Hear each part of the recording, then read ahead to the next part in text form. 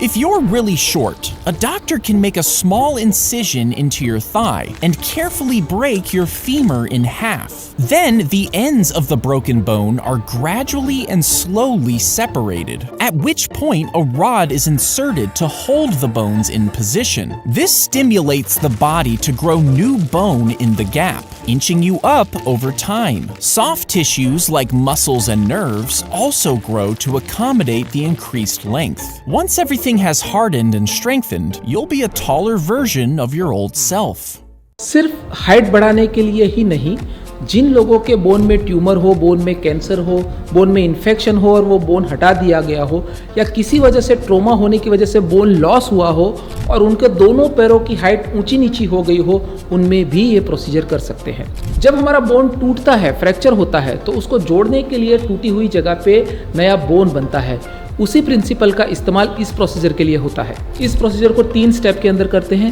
पहले स्टेप के अंदर तो सर्जिकली बोन को अलग किया जाता है, तोड़ा जाता है, फ्रैक्चर किया जाता है। दूसरा होता है फिक्सेशन।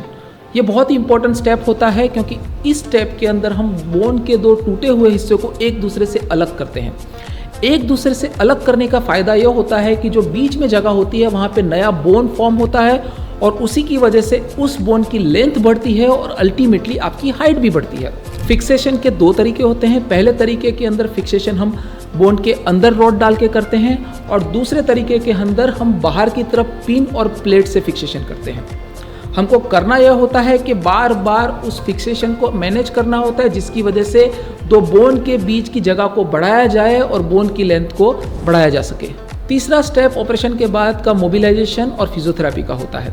अब इस प्रोसीजर के साथ प्रॉब्लम ये होता है कि ये प्रोसीजर बहुत ही लंबी होती है, बहुत ही पेनफुल होती है, ऑलमोस्ट 6 महीने तक चलती है और एक सर्जरी से आपके एक बोन की सिर्फ 2 सेंटीमीटर ही हाइट बढ़ती है। तो आप अगर ज़्यादा हाइट बढ़ाना चाहते हो तो आपको अपने अलग अलग बोन में मल्टीपल सर्जरीज करनी पड़ती हैं। सर्जरी के बाद आपको इन्फेक्शन लगने का चांस भी बहुत हाई होता है। हाइट बढ़ाने के लिए मेनली ये ऑपरेशन टीबीआर फीमर के अंदर होता है। पर मेरा ये मानना है कि अगर आपके बोन का लॉस हुआ है ट्यूमर की वजह से, कैंसर की वजह से, इन्फेक्शन की वजह से या ट्रोमा की वजह से, जिससे आपके पैरों की हाइट ऊपर नीचे हो गई है, जिससे आपको चलने में तकलीफ है, जिसकी वजह से आपके जॉइंट में प्रॉब्लम हो रही है, बैक में प्रॉब्लम हो रही है, तो ही आपको ये ऑपरेशन कराना चाहिए। जब मेडिकल इंडिकेशन हो तभी आपको ये ऑपरेशन कराना चाहिए। सिर्फ हाइट बढ़ाने के लिए ये ऑपरेशन करने का ज़्यादा लॉजिक नहीं है।